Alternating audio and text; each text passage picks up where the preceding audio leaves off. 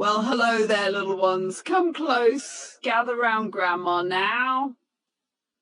That's it, nice and cozy.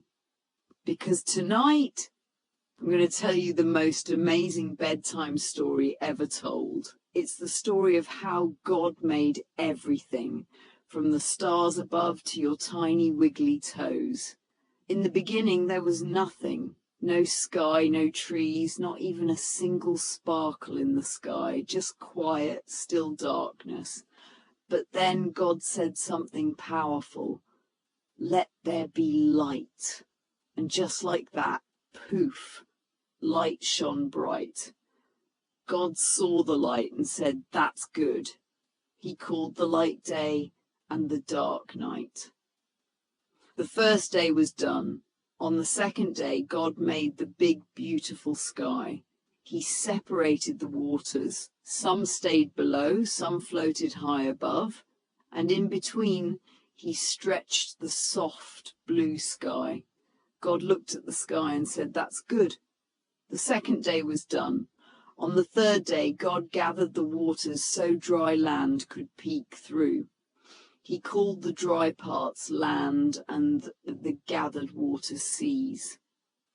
But he didn't stop there. God said, let plants grow. And oh, how they did.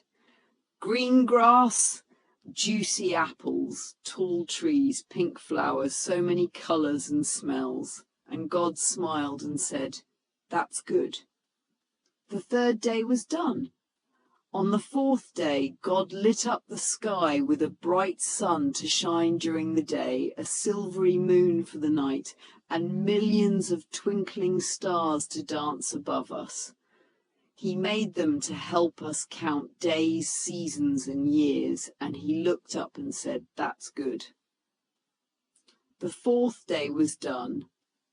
On the fifth day, God made the oceans splash with fish and the skies flutter with birds. Tiny fish, giant whales, squiggly squids, tweeting birds, soaring eagles and colourful parrots. God blessed them and said, fill the waters and the sky, and he said, that's good. The fifth day was done. On the sixth day, God made all the animals, soft sheep, hopping kangaroos, big elephants, teeny ants, and playful puppies. And then God said something very, very special. Let us make humans in our image. So he made the first man and the first woman. God gave them a home, food to eat, and a beautiful world to care for. He looked at everything, the sky, land, stars, animals, and people, and said, it is very good. The sixth day was done. On the seventh day, God did something different. He didn't make anything new. He rested. His work was complete, and God made the seventh day holy, a peaceful day to rest, just like him. And that, my sweet little ones, is how God made the world from nothing to everything. Now, here's a little something Grandma wants you to remember. God made everything with care, beauty, and purpose, including you. You are his special creation, made in his image. So every time you see a butterfly, a rainbow, or even look in the mirror, remember you are part of God's very good creation. And that means you're wonderfully made. Now close your eyes, take a deep breath, and thank God for this beautiful world he made. All right, little ones, come snuggle in close. Grandma's got another special story for you tonight. Do you remember how God made the whole world in 6 days? And then rested on the seventh. Well, now let me tell you what happened next. After creating the heavens and the earth and everything in them, God looked at all his work and rested on the seventh day. He blessed that day and made it holy because he had finished making the world and everything in it. Now here's how God created people and planted a garden just for them. A long time ago, there were no crops growing yet, and no rain had fallen on the ground. But streams came up from the earth and watered the soil. Then something wonderful happened.